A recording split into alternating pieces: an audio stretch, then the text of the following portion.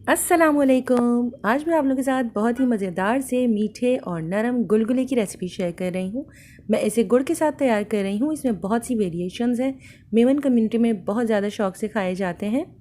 इसकी बहुत सी वेरिएशंस हैं। आज मैं आप लोगों के साथ बहुत ही सिंपल सी रेसिपी शेयर कर रही हूँ। रेसिपी स्टार्ट करने से पहले अगर अब तक आपने मेरे चैनल को सब्सक्राइब नहीं किया तो प्लीज़ सब्सक्राइब कर लीजिए। तो आइए शुरू करते हैं। सबसे पहले पैन में मैंने लिया है 1 कप गुड़। मैंने एक बड़े साइज़ का गुड़ का पीस ले लिया था और इसे नाइफ़ की हेल्प से क्रश कर लिया है। साथ ही मैं इसके अंदर ऐड कर रही हूँ 1 कप पानी।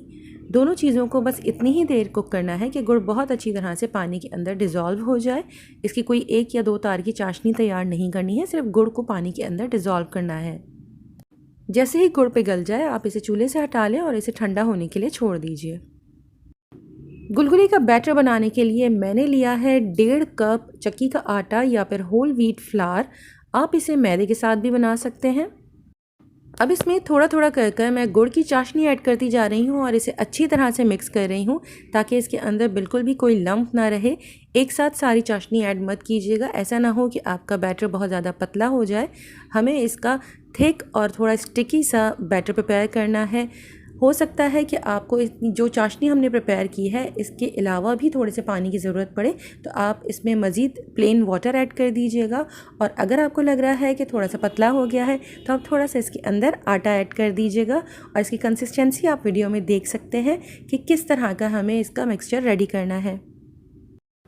बैटर को स्पून से अच्छी तरह मिक्स करने के बाद मेरी हमेशा आदत है कि मैं इसे 1 से 2 मिनट के लिए हाथों की मदद से अच्छी तरह से फेंट लेती हूँ।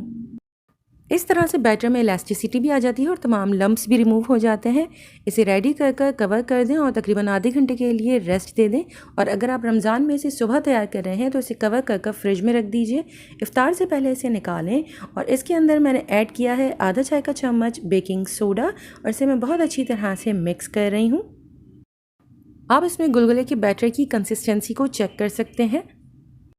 अब गुलगुले को फ्राई करने के लिए आप मीडियम गरम तेल के अंदर हाथों की मदद से बहुत थोड़ा सा गुलगुले का बैटर ऑयल के अंदर ड्रॉप करते जाएं।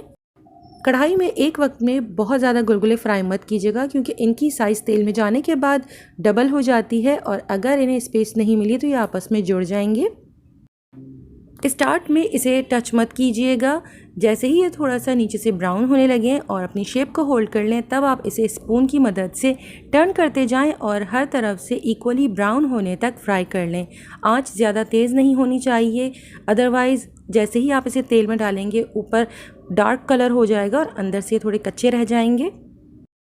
कुछ लोग इसमें खुशबू के लिए सौंफ का पाउडर और इलायची का पाउडर ऐड करते हैं। अगर आप ऐड करना चाहते हैं तो 1/4 चाय का चम्मच आप बैटर के अंदर इलायची पाउडर या फिर सौंफ का पाउडर ऐड कर दीजिए। मुझे पर्सनली गुड़ और होल व्हीट फ्लावर के कॉम्बिनेशन से जो एक अरोमा निकलता है वो बहुत ज़्यादा पसंद है, इसलिए मैं इसमें एक्स्ट्रा कोई भी अरोमा के लिए इंग्रेडिएंट ऐड नहीं करती हूँ। इसमें बहुत सी वेरिएशंस हो सकती हैं। आप होल व्हीट फ्लावर की जगह पर मैदे का इस्तेमाल कर सकते हैं, गुड़ की जगह पर आप इसके अंदर चीनी का इस्तेमाल कर सकते हैं। इसके अलावा कुछ लोग इसके अंदर मैश करके बनाना भी ऐड करते हैं और चॉप कर नट्स भी ऐड किए जाते हैं। गुलगुले का जो फाइनल कलर है वो इस बात पर डिपेंड करता है कि आपने इसके अंदर कौन से इंग्रेडिएंट्स यूज़ किए हैं। अगर आप इसमें मैदे और चीनी का इस्तेमाल करेंगे तो ये लाइट कलर के तैयार होंगे। होल व्हीट फ्लावर और गुड़ के साथ इसका कलर थोड़ा सा डार्क हो जाता है। तमाम गुलगुले वीडियो में दिखाए हुए तरीके के मुताबिक तैयार कर लीजिए और अगर आपके पास बैटर बच जाता है तो दोबारा से इसे एयरटाइट बॉक्स में बंद कर फ्रिज में रख दीजिए और नेक्स्ट डे आप दोबारा से इफ्तार में इसे एंजॉय कर सकते हैं। ये बैटर ख़राब नहीं होगा। बहुत कम इंग्रेडिएंट के साथ बहुत ही मज़ेदार और सॉफ्ट गुलगुले तैयार होते हैं। ज़रूर ट्राई कीजिएगा और आप इसके अंदर क्या वेरिएशंस करते हैं कमेंट में ज़रूर बताइएगा। वीडियो अगर आपको पसंद आए तो प्लीज़ लाइक शेयर कमेंट कीजिएगा और मेरे चैनल को सब्सक्राइब करना मत भूलिएगा। अपना और अपनों का बहुत ख्याल रखें। अल्लाह हाफ़िज़।